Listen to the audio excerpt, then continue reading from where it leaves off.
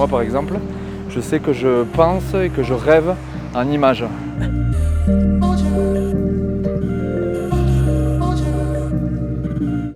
Donc, je suis né à Aussun, dans les Hautes-Pyrénées, en pleine dans les Hautes-Pyrénées. On peut dire même que les Hautes-Pyrénées, c'est mon doudou. Depuis tout petit, mon père nous amène, mes frères et moi, en montagne, voilà, tout l'été. Il nous a transmis, alors ce qu'il nous a transmis, c'est quelque chose de riche, c'est des expériences extraordinaires. Plein d'expériences et de souvenirs qui sont gravés.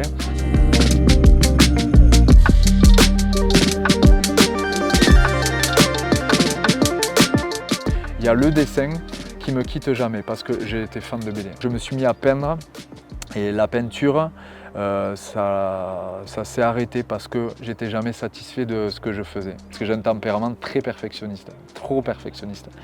Et du coup, j'ai découvert le dessin sur tablette numérique qui me permettait d'effacer et de reprendre à l'infini. Je prends toutes les infos là, donc que ce soit en photo ou en image mentale, je prends toutes les informations ici et je fais rien sur place. Après, je ramène tout chez moi, donc je déménage tout le lot de photos et d'idées, de sensations, d'atmosphère, d'ambiance à la maison.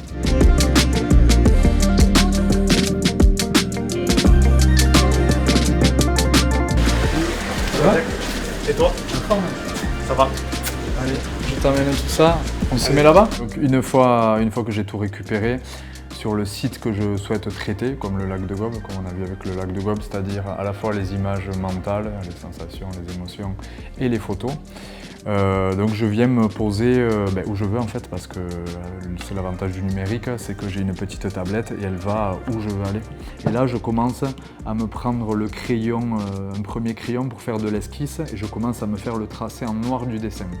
Et une fois que j'ai fait ça, c'est l'étape la plus dure, c'est la question de la couleur. C'est ce qui va teinter l'image en termes de couleur mais aussi en termes d'émotion.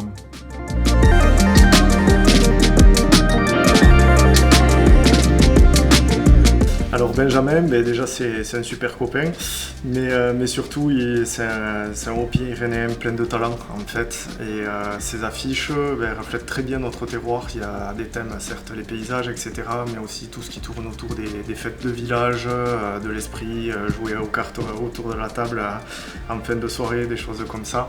Et c'est pour ça que ces produits plaisent beaucoup en fait.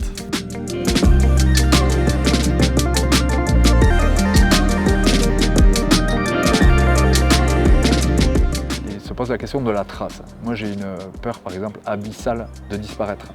Et du coup, j'ai toujours voulu qu'il reste quelque chose de moi après mon passage.